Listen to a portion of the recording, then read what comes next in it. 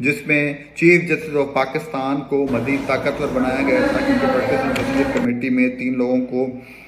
شامل ہونا ہے، جس میں ایک چیف جسٹس آف پاکستان ہے، پھر سینئر موسٹ ہے، اور تیسرا جو جج تھا وہ بھی پہلے تو سینئر موسٹ تھا، اب اسے آرڈیننس کے تھرو چینج کیا گیا تھا، اور آرڈیننس کے through chief justice of Pakistan کو یہ اختیار دیا گیا تھا کہ تیسرا جج وہ اپنی مرضی کا لگا سکتے ہیں، تو اس کو اب قانون کی شکل دے دی گئی ہے، قومی اسمبلی سے پاس کروا لیا گیا ہے۔ اور اب میں آپ کو ایک بات بتاؤں کہ اس کے بعد جو سیکنڈ پوائنٹ تھا کہ ججز والا، ججز اس وقت ججز کی تعداد ہے وہ 17 بتائی جاتی ہے، اس میں جو ہے اب 34 تک جو ہے ججز حکومت جب چاہے گی ضرورت کے حساب سے as per need Imran Khan 34 تک لے جائے گی۔ اب اس کو تجزیہ کار اور تحریک انصاف اس طرح سے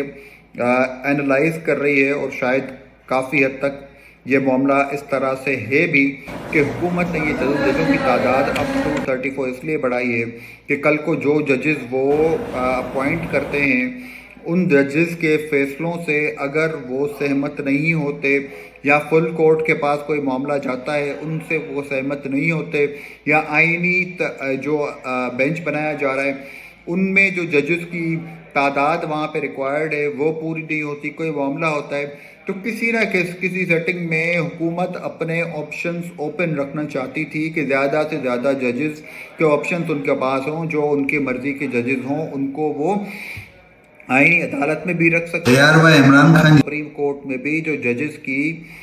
تعداد ہے وہ ان کے حساب سے مینیج ہو، موجودہ جو ججز ہیں اس کے حساب سے بھی، اور جو آنے والے وقت میں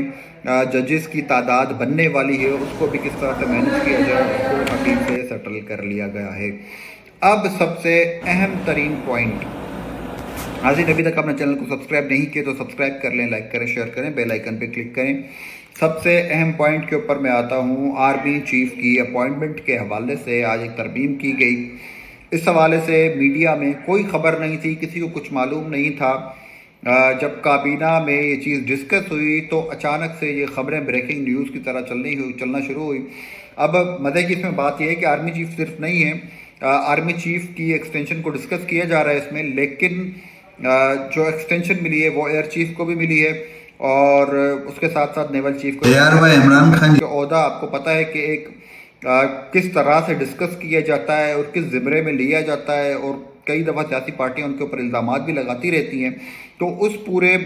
سینیریو میں آرمی چیف کو بہت زیادہ ڈسکس کیا جا رہا ہے اور ہائی لائٹ کیا جا رہا ہے، اور اس وقت بھی ایک پارٹی آپ کو پتہ ہے کس طرح سے اپنی مہم چلا رہی ہے، تحریک انصاف کس طرح سے پورے معاملے کو دیکھ رہی ہے،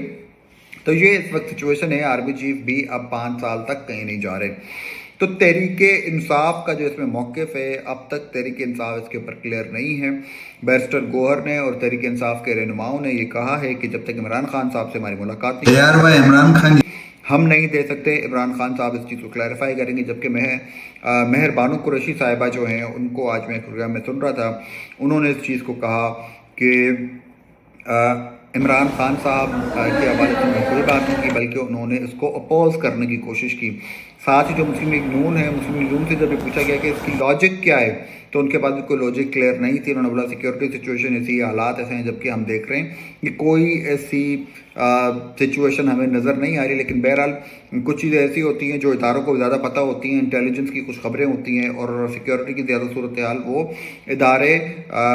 اور ایگزیکٹو وزیر اعظم پاکستان وہ زیادہ بہتر سمجھتے ہیں، لیکن اس وقت کی جو صورتحال ہے اس میں کئی لوگوں کو مختلف خدشات ہیں، اور وہ صرف آرمی چیف کے ایکسٹینشن کے حوالے سے نہیں، خدشات مینلی جو ہیں